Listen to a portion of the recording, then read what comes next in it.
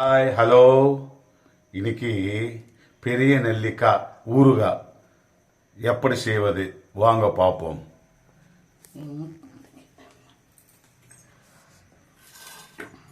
இப்போ சீசன் இந்த நெல்லிக்காவுக்கு வந்து இப்போ சீசனில் வர காய். இது வந்து ஊறுகாய் வச்சுக்கிட்டு ஒரு 6 மாதம் 1 வருஷம் கூட வச்சுக்கலாம். இதுக்கு இது வந்து ஒரு 6 நெல்லிக்காய். ஆனால் பெருசாக இருக்கிறதுனால நான் கட் பண்ணி வச்சுருக்கேன். சின்ன நெல்லிக்காவாக இருந்தால் அப்படியே முழுசாகவே போட்டுக்கலாம். கட் பண்ண வேண்டியது இல்லை.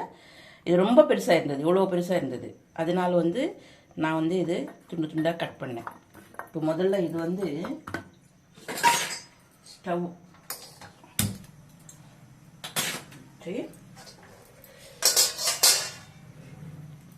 இதுக்கு வந்து எலுமிச்சை பழம் ஒரு 5 எலுமிச்சை பழம் 5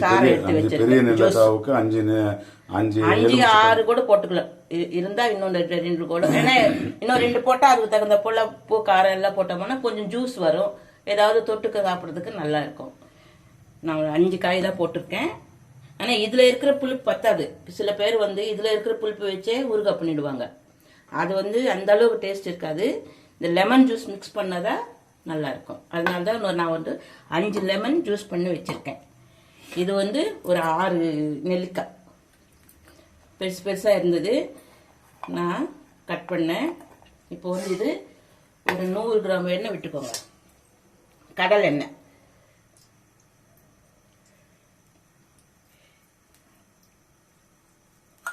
இது 100 கிராம் எண்ணெய். இந்த ஊறுகாய் வந்து வெளியிலேயே இதெல்லாம் ரெடி பண்ணதுக்கு அப்புறம் ஒரு 4-5 நாள் வெளியில வச்சுக்கோங்க.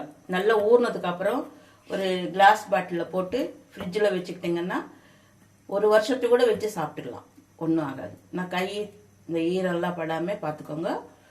அது எப்படி தயார் பண்ணுறதுன்றது மட்டும் நான் வந்து அந்த ரெசிபி மட்டும் உங்களுக்கு சொல்லித்தரேன். அதுக்கு தகுந்த போல் நீங்கள் இன்னும் கொஞ்சம் ஜாஸ்தி பண்ணிக்கணும்னா அதுக்கு தகுந்த இந்த லெமன் ஜூஸு, இந்த மிளகாத்தூள் அதெல்லாம் வந்து அதுக்கு தகுந்த போல் நீங்கள் வந்து மிக்ஸ் பண்ணிக்கோங்க. இப்போ எண்ணெயில் போட்டு இது நல்லா வறுக்கணும்.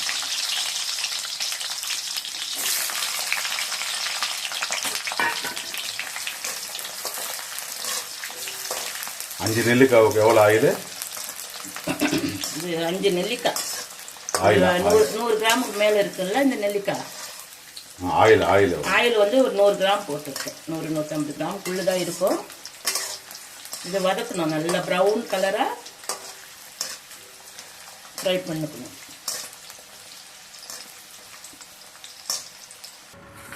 இந்த மாதிரி லைட்டா ப்ரௌன் கலர் வர வரைக்கும் எண்ணெயில் போட்டு நல்லா வதக்கி எடுத்து வச்சுக்கோங்க. ஏன் நான் இப்படி செய்யறோன்னா, நம்ம ஒரு 4-5 நாளுக்குள்ளேயே சாப்பிட்டுக்கலாம். இது பச்சை காய் அப்படியே போட்டு எலுமிச்சை பழம் இந்த ஜூஸில் நம்ம ஊற வச்சு செய்யறது வந்து கொஞ்சம் நாளுக்கு அப்புறம் தான் சாப்பிட முடியும். இது சீக்கிரமாக சாப்பிட்டுக்கலாம். அதுக்காக தான் நான் இப்படி செய்கிறேன். இதுக்கு பெருங்காயம், என்ன பெருங்காய தூள் இருந்தால் போட்டுக்கலாம். தூள் இல்லாதனால நான் கொஞ்சம் எண்ணெயில் போட்டு பொரிச்சு எடுத்தேன். இது வந்து பெருங்காயம். இது வெந்தயம், இந்த மாதிரி சிகப்பாக வறுத்து வச்சுக்கணும். வெந்தயம் இந்த கலருக்கு நம்ம வறுத்து வச்சுக்கணும். நிமிஷம்லாம் இல்லை, நமக்கு அந்த ஸ்மெல்லே வரும் வறுக்கும் போது, இந்த சிகப்பு கலர் வர வரைக்கும். இப்போ வந்து அதுக்கு ஒரு 1/2 டீஸ்பூன் இருக்கும். இது போதும். அந்த வெந்தயம் ரொம்ப போட்ட கசக்கும். இப்போ இது வந்து கடுகு வந்து இந்த அளவுக்கு, அது ஒரு ஸ்பூன். வெந்தயம் 1 ஸ்பூனும் கடுகு 1 ஸ்பூன். இப்போ இதுக்கு இந்த எண்ணெய் இருக்கு இல்லைங்களா, இது மொத்தத்துக்கு ஒரு 100 கிராமுக்குள்ளதான் எண்ணெய் போதும். அப்படி பத்தலை அப்படின்னாக்கா கொஞ்சம் எண்ணெய் காய்ச்சி கொண்டு நம்ம ஊற்றிக்கலாம். நான் வந்து இதான் போட்டேன். இதுக்கு வந்து தாளிக்கிறதுக்கு ஒரு 4 காஞ்ச மிளகாய் போட்டு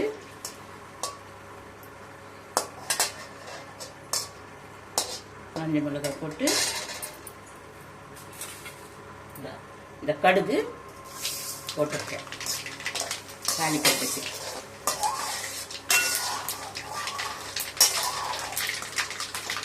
ஸ்டவ் ஆஃப் பண்ணிங்க. இது வந்து ஆறணும்.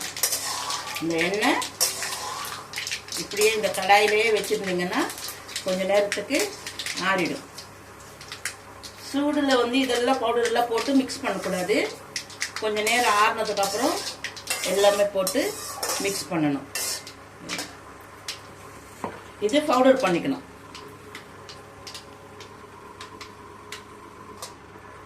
கொஞ்சம் மஞ்சத்தூள், ஒரு ஸ்பூன் மஞ்சத்தூள்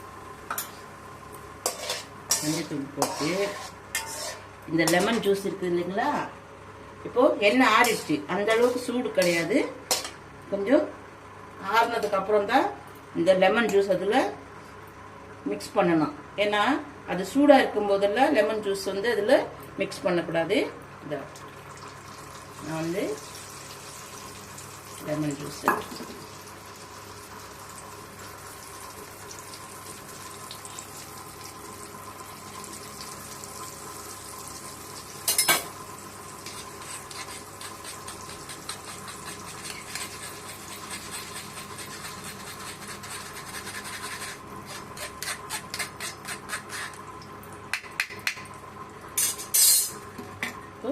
அதுக்கு வந்து சால்ட் மிக்ஸ் பண்ணிக்கலாம். இது வந்து வெறும் மிளகாத்தூள், இது தனியா இல்லாம வெறும் மிளகாத்தூள் ஊறுகாய்க்கு அப்படின்ட்டு அரைச்சி வச்சுக்கணும். ஊறுகாய்க்கு அரைக்கும் போது நீங்க குண்டு மிளகாவே அரைச்சிக்கோங்க. ஏன்னா அதுதான் கரெக்டான காரத்துல இருக்கும். அது நைஸா அரைக்காம ஊறுகாய் தூள் அப்படின்னாலே மிஷின்ல வந்து நமக்கு கொஞ்சம் கரகரப்பா அரைச்சி கொடுப்பாங்க. அப்படி அரைச்சி வச்சது தான் இது. இதுக்கு இது வந்து ஒரு ஸ்பூன், பெரிய ஸ்பூன் பார்த்தீங்களா, இந்த ஸ்பூன் அளவுக்கு காரம் போதும். மஞ்சத்தூள் போட்டிருக்கேன், காரம் போட்டிருக்கேன், உப்பு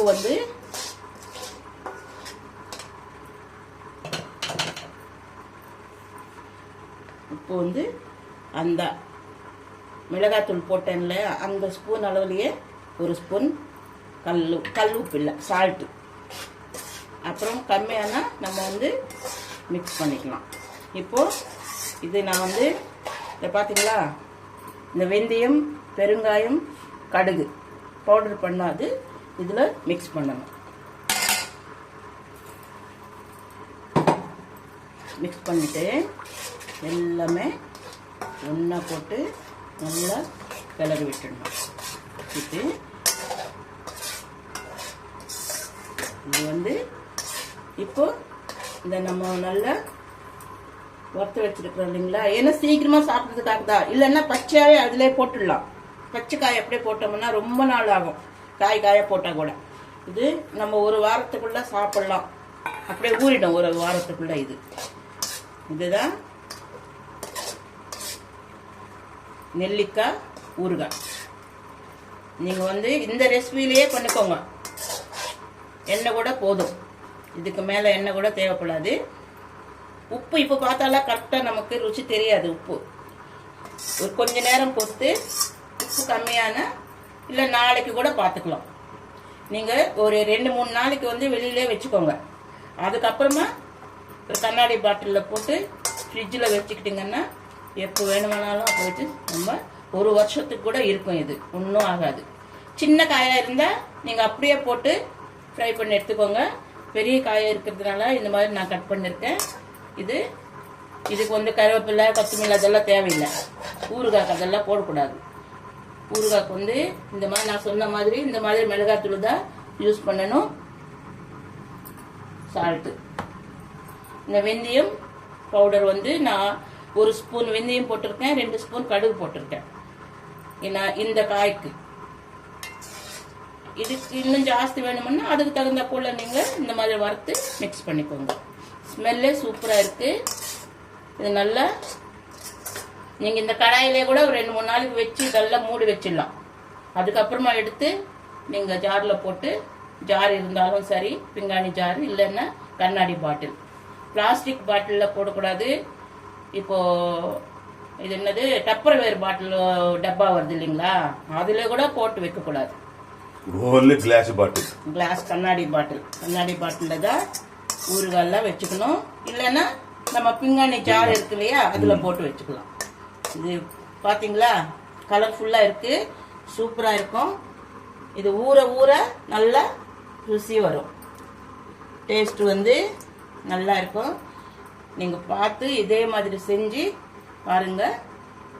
ஷேர் பண்ணுங்க, சப்ஸ்கிரைப் பண்ணுங்க, லைக் பண்ணுங்க. இதே மெத்தடில் பார்த்துட்டு நீங்கள் செஞ்சுட்டு சாப்பிட்டுட்டு எப்படி இருக்குன்றது கமெண்ட் பண்ணுங்க.